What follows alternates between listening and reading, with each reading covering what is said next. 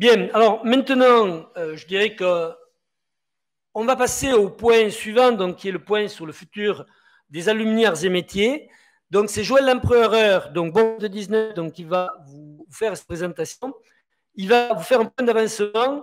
Et pour commencer, ce serait une présentation qui a été enregistrée donc, par Joël. Je vais laisser donc la parole à Joël. Bien, écoutez, bonjour à tous. Le projet Futur des alumni arts et métiers a été lancé en 2019. Il a été lancé car un certain nombre de camarades ont fait remonter via le comité leurs interrogations, voire leurs inquiétudes et même leurs contestations sur le fait que la SOS pouvait intégrer à son sein des non-gazards, en particulier les filières pédagogiques. Le comité a rapidement décidé de lancer un groupe de travail et ce groupe de travail, après un premier diagnostic, a décidé de proposer à l'Assemblée générale de novembre 2019 de lancer une vaste consultation auprès de la communauté. Cette consultation phase 1 s'est terminée et donc cette présentation fait l'objet des livrables de cette présentation que vous avez d'ailleurs tous reçus par message électronique ou par courrier pour ceux qui n'ont pas de mail.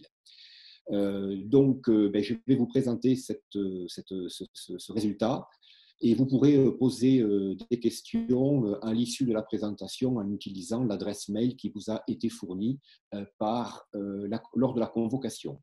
Donc, je vais essayer de partager mon écran. Alors, en fait, ces livrables ont été rédigés par le comité de pilotage, dont vous pouvez voir à l'écran les noms.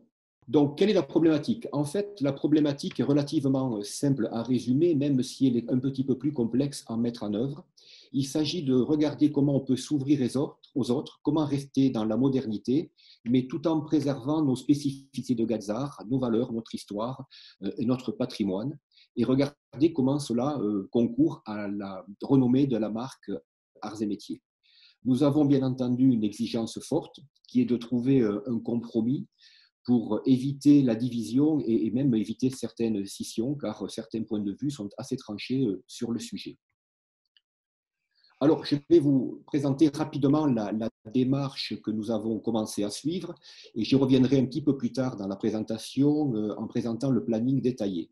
La phase 1 donc, a consisté à lancer cette consultation que je détaillerai aussi. Cette consultation a été réalisée, le comité de pilotage a analysé tous ces retours et a réalisé cette synthèse qui fait l'objet de la présentation. Donc, à l'issue de cette assemblée générale, nous allons lancer la phase 2. Cette phase 2, elle va poursuivre les réflexions et le travail sur le terrain, à la fois dans les groupes territoriaux et dans les promotions. Mais nous allons démarrer aussi un travail avec les autres alumni, des réflexions sur l'intérêt et sur les choses qu'on pourrait éventuellement envisager ensemble. À l'issue de cette phase 2, qui sera relativement longue, puisqu'on prévoit qu'elle va durer jusqu'à novembre 2021, à cette issue donc, sur 2022, nous proposons de mettre en œuvre une phase transitoire. Alors, qu'est-ce que c'est que cette phase transitoire? Ça pourrait être la mise en œuvre, en application, des conventions ou des accords que nous pourrions préparer avec les autres alumni. J'y reviendrai peut-être aussi un petit peu plus tard. Et nous aurions une phase 4 qui démarrerait donc après 2022 et qui permettrait de mettre en place une solution définitive. Voilà pour le planning relativement macro de ce projet. Alors, la consultation de la phase 1. En fait, nous avons eu plus de 350 participants qui ont participé à la consultation de 4 façons différentes. Nous avons organisé des visioconférences avec des membres de toutes les régions et de toutes les générations et qui étaient animés par un ou deux membres du comité de pilotage. Nous avons aussi fait des réunions physiques dans l'État Bains où vous avez pu participer et nous avons eu des contributions directes par mail puisque vous avez pour certains répondu aux questions que nous avions posées ou fait vos commentaires indépendamment bien sûr de nos questions. Et puis certains groupes territoriaux et certaines promotions ont animé en interne des débats sur le sujet. Alors, nous avons apporté une attention très particulière à ce que les jeunes générations soient représentées, parce que quand on parle du futur, il est important que les jeunes s'expriment, parce que aussi, dans les premiers batchs de réunions, en fait, il y avait très peu de jeunes promos. On peut dire que dans cette consultation, toutes les régions et toutes les générations ont bien été représentées. Alors, pour présenter la problématique dans son ensemble, eh bien, on va partir des enjeux internes et des enjeux externes du projet. Voilà. Ces enjeux internes, eh bien, ils s'articulent autour de l'école.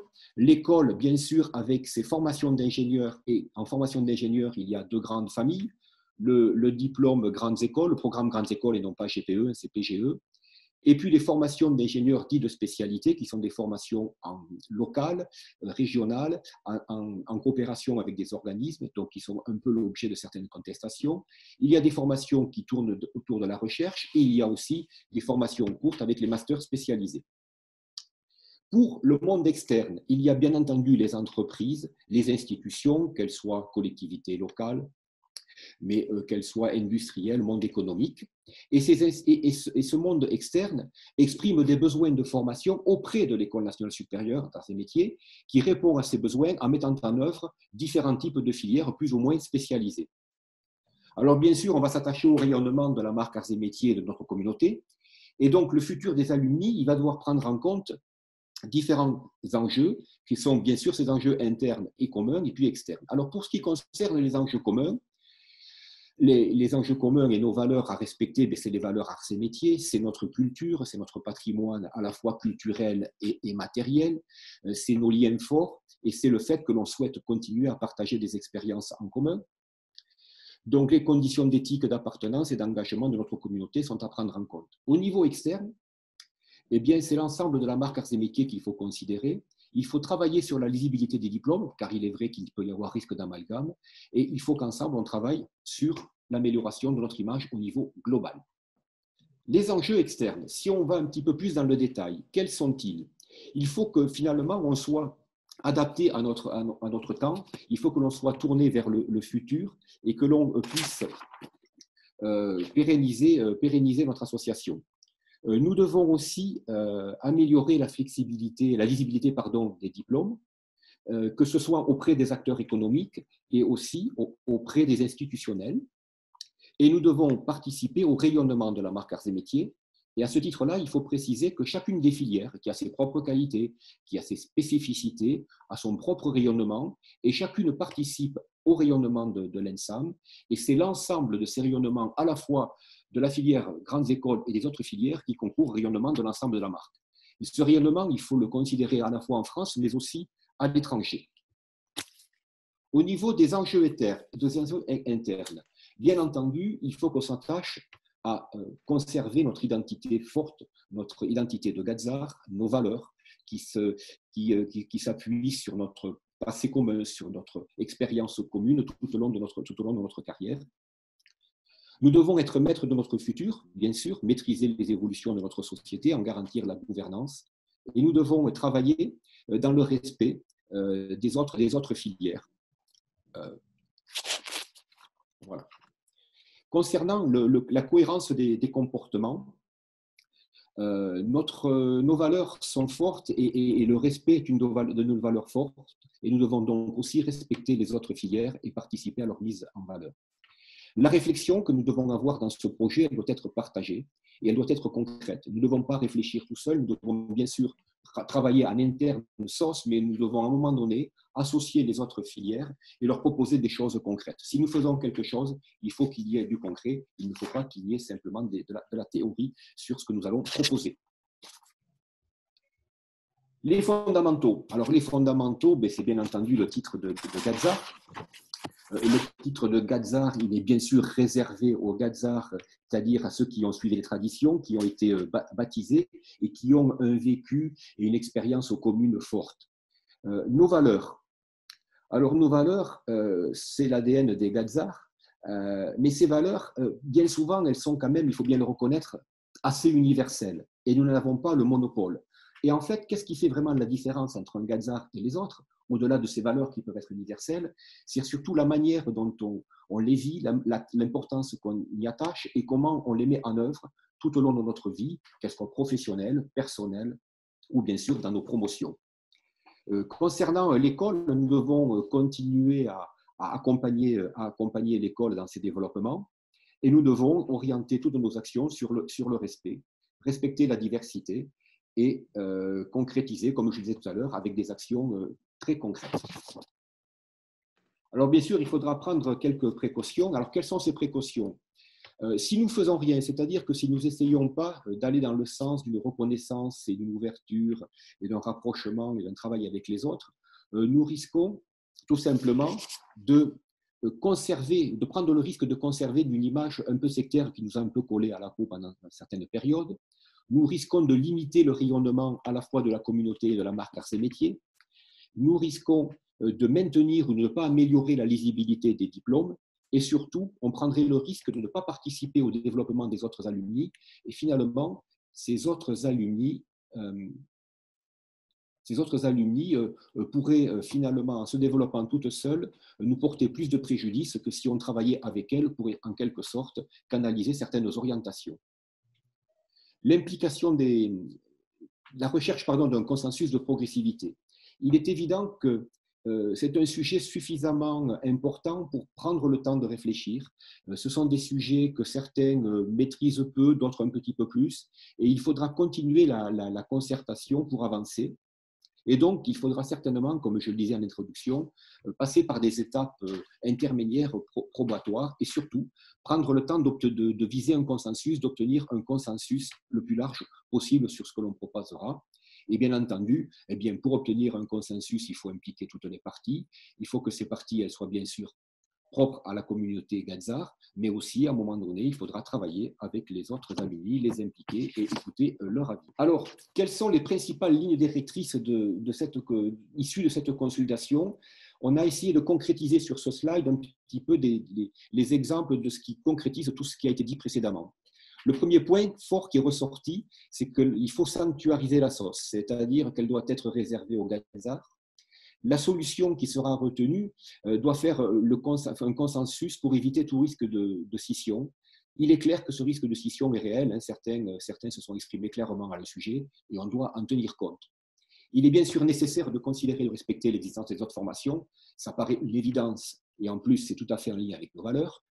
Il est impératif d'améliorer la lisibilité des diplômes parce qu'il est clair que une grande partie des inquiétudes qui sont remontées étaient liées au fait qu'il pouvait y avoir, dans certains cas, une usurpation de diplôme, un certain risque de dévalorisation du diplôme, je dirais, historique des Gadzar. Et donc, c'est quand même important, effectivement, de traiter ce sujet-là. J'y reviendrai tout à l'heure dans le plan d'action. La solution doit être effectivement très, très progressive parce qu'effectivement, il faut pouvoir s'adapter et adapter en fonction de la réaction de l'ensemble du système. Et donc, il a été envisagé deux hypothèses principales. La première serait de rester dans les statuts actuels, mais si on restait dans les statuts actuels, eh bien, on ne serait plus conforme au point numéro 1 de ce slide, c'est-à-dire que la sanctuarisation de la sauce qui est réservée aux Gadzar ne serait pas respectée.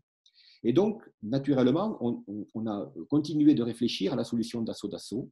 Cette solution est préférée à terme par une grande partie de ceux qui ont été au moins consultés, hein, puisqu'on a fait une petite étude sur ce qui était consulté. Alors, elle n'a pas lieu, bien sûr, de représenter l'ensemble, mais la tendance est qu'une grande partie serait favorable à cette solution. Il ne faudrait surtout pas créer une usine à gaz. Ça a été dit très souvent. Le terme d'association peut faire peur. Parce que derrière, on dit statut, on voit statut, on voit règlement, on voit gouvernance, on voit duplication, etc. Donc, bien entendu, pas d'usine à gaz, même à l'échéance finale. Et la progressivité évoquée, elle doit se faire aussi en discussion avec les autres, parce que de toute façon, on ne pourra être que très progressif, parce que les autres associations ne sont pas aussi structurées, aussi avancées que nous dans leur maturité interne. Donc, il faudra forcément du temps et donc il n'y a aucune raison de se presser sur le sujet. Alors, un délivrable important de cette première étude est de définir 6 thèmes de réflexion à approfondir. En fait, ce qu'on va faire, c'est qu'on va proposer à la communauté de continuer le travail engagé, de le continuer, mais en ciblant et en approfondissant 6 thèmes.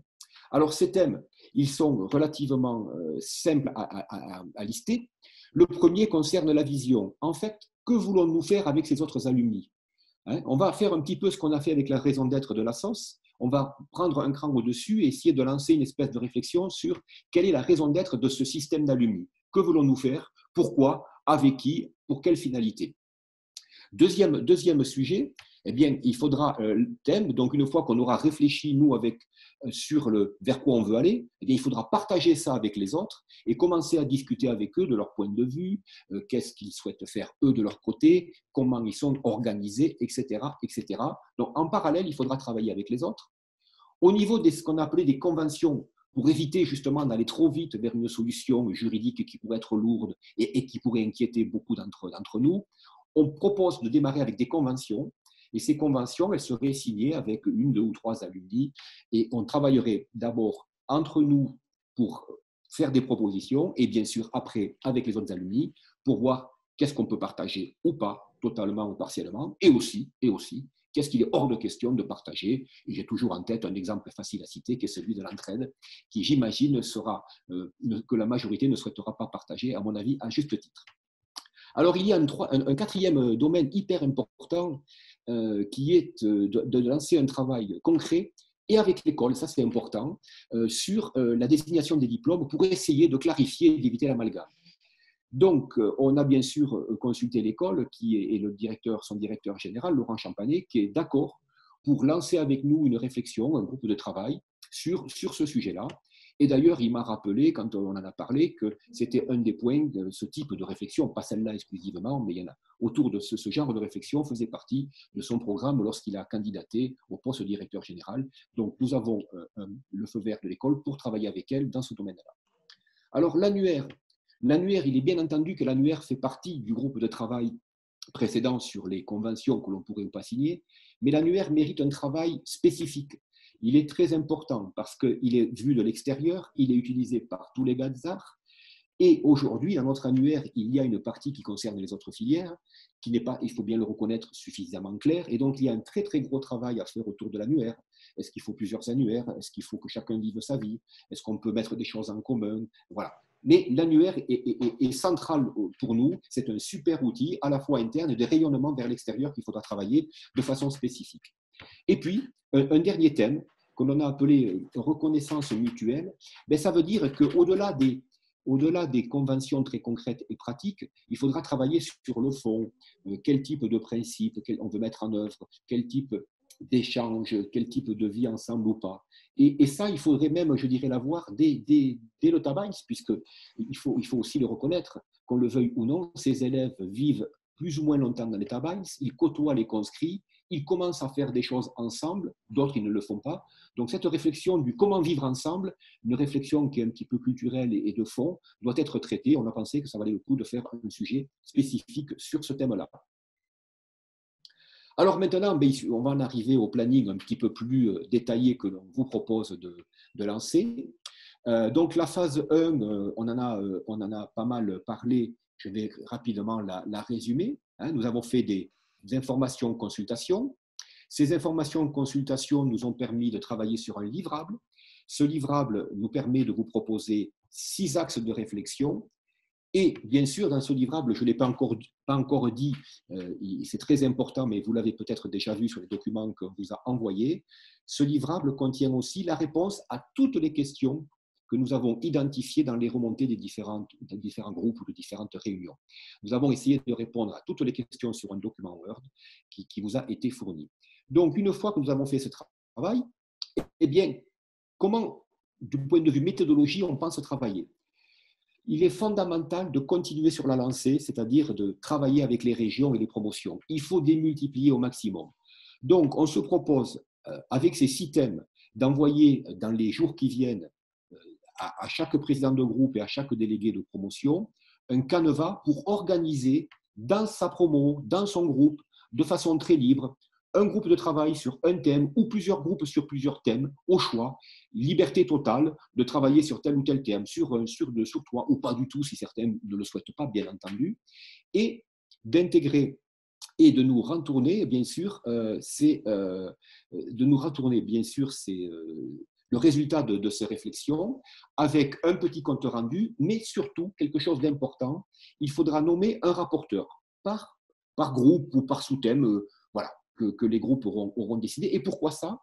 Eh bien, tout simplement parce qu'après une compilation par le groupe de travail de l'ensemble de ces retours, nous allons lancer un ou plusieurs groupes de travail par thème proposé, en visioconférence avec des membres donc, de tous les groupes qui auraient été rapporteurs et volontaires, de façon à creuser un petit peu et à mettre en forme un projet qui va se construire petit à petit ensemble.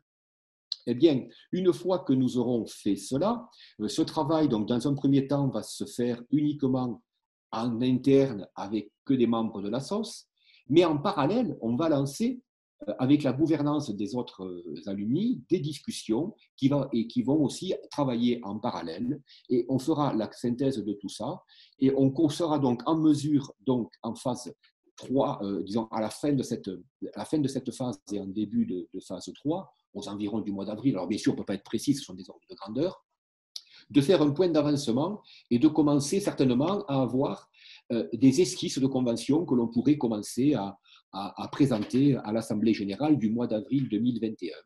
Et une fois ces esquisses de convention, on pourrait donc décider de les mettre en œuvre et puis voilà, toujours pareil, ces groupes de travail formuleront des propositions concrètes, donc ces propositions de projets, de convention par exemple, ou autre chose. Et donc, à partir de là, nous ferons une synthèse entre le COPIL et à nouveau et avec tous les rapporteurs de ces différents groupes qui permettra donc de proposer une solution progressive à mettre en œuvre que l'on pourra bien sûr que l'on pourra poursuivre dans les mois suivants en mettant en œuvre une solution plutôt définitive. Voilà, j'ai peut-être été un petit peu trop vite, mais il me reste donc qu'à vous remercier de votre attention et je suis à votre écoute pour répondre aux questions que vous voudrez bien me poser. Merci, à tout de suite. Bon, maintenant donc on est prêt pour la session questions-réponses. Je ne sais pas, Thierry, est-ce que tu as des questions? Alors, oui, j'ai une question. Excusez-moi, j'arrive. Alors, juste peut-être, avant que Thierry puisse retrouver la question qu'il a pu avoir, l'AG du groupe Girondin a été faite en visio, et c'est à cette occasion-là que j'ai pu évoquer ce point. J'ai participé aussi aux réunions donc, du groupe de pilotage. Je pense qu'on doit continuer à faire des réunions sur les thèmes retenus lors de la synthèse, telle que l'a exprimé Napo tout à l'heure, enfin Joël Lempereur, dans la plupart des groupes territoriaux. Et pour cela, une intervention à distance peut être imaginée. Parce que moi, je vois que je suis intervenu à distance avec le groupe Girondin et ça s'est plutôt quand même bien passé. Et donc, il faut qu'il y ait un maximum de camarades qui s'approprient ce projet et surtout qu'il y ait les bonnes informations. Autant, il y a 6 mois, je pensais qu'on pouvait aboutir en fin d'année 2020, et ça, Joël Lempereur pourra en témoigner, autant aujourd'hui, je pense qu'il va nous falloir du temps pour que tout le monde se l'approprie, comme je viens de le dire. Donc, Joël, maintenant, tu peux commencer à répondre aux questions. Alors, donc, première question. Donc, je précise que Joël est effectivement à distance et au téléphone. Tu nous entends, Joël? Oui, est-ce que vous m'entendez? Ok. J'ai l'impression que la présentation n'est pas passée en entier, mais bon, je ne sais pas. Ben, a priori, si, mais... Bon, on va passer aux questions. Ouais. Peut-être que c'est pas arrivé à Tarbes. Question de François Carbonel. Je n'ai pas sa promo. Bonjour, je n'entends pas parler de la recherche d'élargissement de la transmission des traditions valeurs aux formations autres que la FIP. Par exemple, les formations par alternance qui devraient augmenter dans l'avenir. Est-ce que la question est traitée par ailleurs? C'est une question d'ailleurs qui rejoint d'autres questions, par exemple celle de Pierre-Alexandre Grimal, qui est un apprenti ingénieur de spécialité. Pourquoi ne pas ouvrir les usines aux ingénieurs de spécialité qui le souhaitent dans les différentes provinces, que ce soit Boquette ou Cayenne? Joël, première question.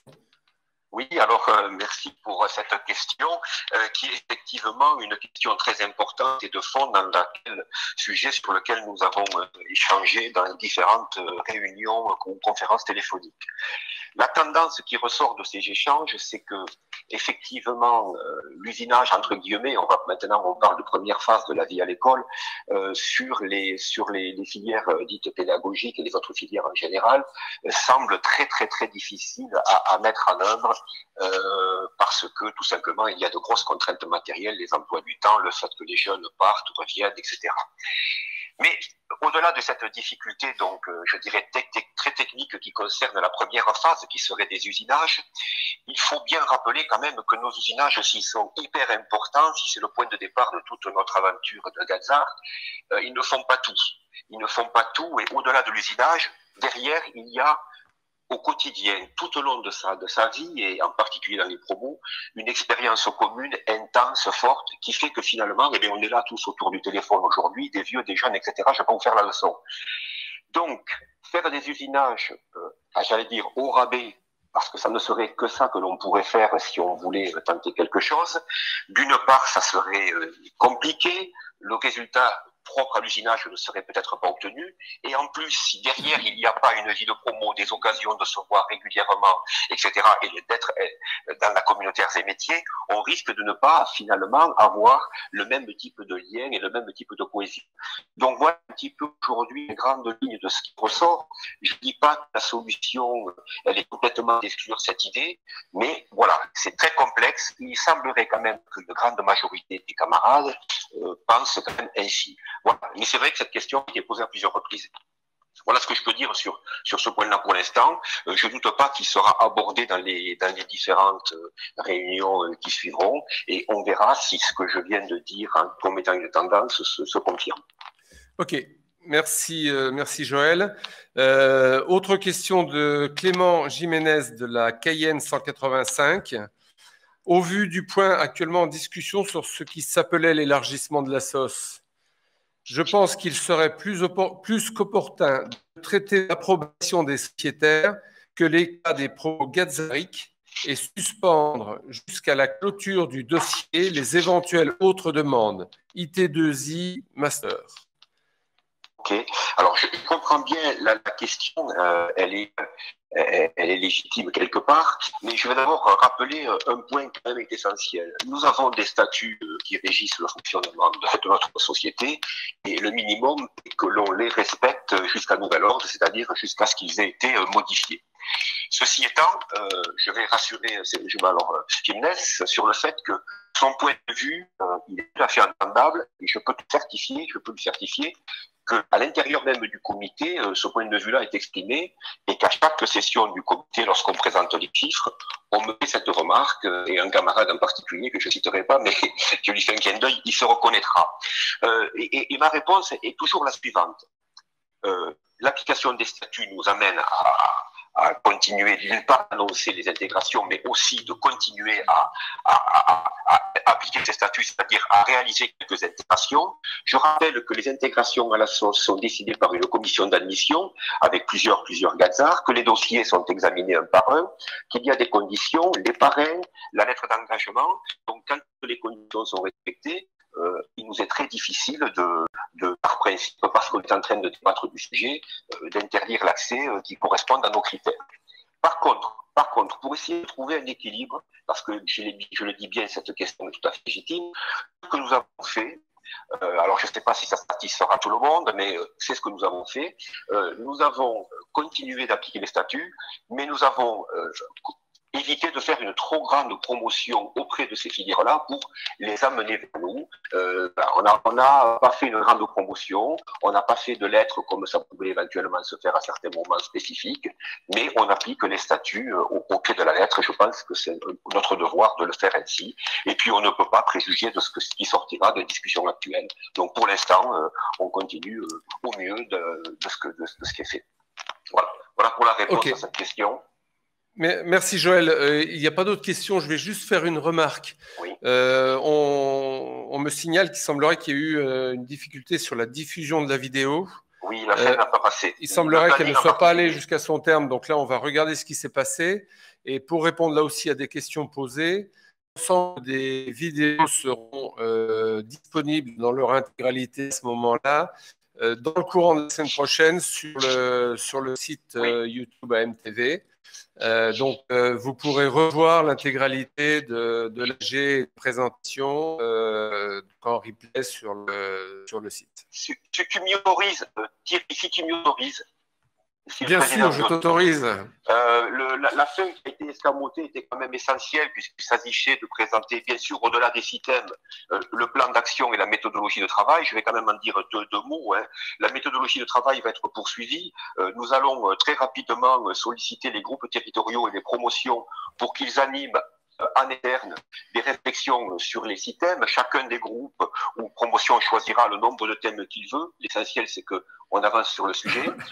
Ces synthèses nous seront transmises et surtout, chacun des groupes ou promotions nommera un rapporteur que l'on réunira en réunion téléphonique ou physique, de façon à faire des synthèses et à avancer progressivement pour pouvoir proposer une étape intermédiaire qui pourrait être une solution intermédiaire de mise en œuvre de certaines conventions, parce que finalement, quand on parle d'assaut ou de statut, mais qu'est-ce qu'il s'agit de passer des conventions entre nous et de voir ce que l'on peut partager ou pas. Il y aura des choses essentielles qu'on ne voudra pas partager. Je pense souvent à l'entraide parce que c'est un exemple qui revient souvent. Il faudra donc travailler sur ces conventions et progressivement voir si on les met en œuvre. Beaucoup plus tard, trouver une solution juridique qui pourrait peut-être au départ, si on l'appliquait trop tôt, être complexe ou effrayer du monde. Voilà. Je voulais juste parler du fait qu'on va continuer à travailler en équipe dans les territoires et dans les promotions. C'est important parce que je crois que tout le monde attend ça. Ok, j'ai une dernière question qui est arrivée de Paul Guénou de la Lille 62. Tu dis une majorité de participants sont pour l'assaut. Quel chiffre, combien pour combien contre? Dans de multiples discussions avec des camarades hors promo, j'avais l'impression de refus d'assaut. Notre promo était contre. J'ai pas dit, j'ai été relativement prudent. J'ai bien dit qu'il semblerait qu'une majorité, effectivement, dans le tableau que nous avons fait, alors je n'ai pas le tableau sous les yeux, mais bon, on pourra éventuellement y revenir. Une majorité des gens étaient plutôt favorables à l'assaut. Moi, j'ai participé à pas mal de réunions et en particulier à celle de Cayenne, où effectivement les avis étaient, on va dire, assez tranchés sur certains points de vue, et c'est tout à fait normal. Mais même les gens qui avaient une position la plus opposée à l'ouverture, en fin de réunion, pour une grande partie, m'ont dit, c'est vrai, Joël, qu'il faut bien qu'on trouve une solution intermédiaire et on ne peut pas rester comme ça. Donc, je pense que le consensus sur le fait de trouver une solution intermédiaire est bien réel. Et puis surtout, ce qu'on n'a pas voulu faire, et c'est pour ça que je n'ai pas mis de chiffres dans ma présentation, c'est qu'il n'est pas question d'essayer de faire de façon prématurée. Tout ce qui peut être présenté comme un vote aujourd'hui est prématuré. Pourquoi? On se rend compte que malgré les efforts qu'on fait, on essaye de faire les efforts d'explication et de présentation, beaucoup de camarades ont découvert le sujet. Beaucoup de camarades n'ont pas compris d'ailleurs pourquoi la question se posait, n'ont pas compris quelles étaient les problématiques actuelles, etc. Donc faire un vote ou donner l'impression qu'on compte les points entre guillemets trop rapidement serait une grave erreur, parce qu'on a tendance, et on est des gazards, ça je crois qu'on va tous être d'accord, on a tendance à démarrer un peu tous au quart de tour, à partir très vite sur des points de vue tranchés, sans trop toujours avoir pris le temps de bien regarder ce qui se passe. Donc, connaissant tout ça, il faut faire très attention. On finira bien sûr en finale par avoir une consultation où on viendra quelque part compter quelque chose, je ne sais pas dire encore aujourd'hui quoi, comment, etc. Mais ce comptage doit se faire uniquement quand on sera convaincu qu'une grande majorité ont les éléments, ont les billes, ont réfléchi, ont tout un tas d'informations de façon à ne pas prendre une décision ou avoir un vote un petit peu trop hâtif. Voilà. Bien, merci Joël.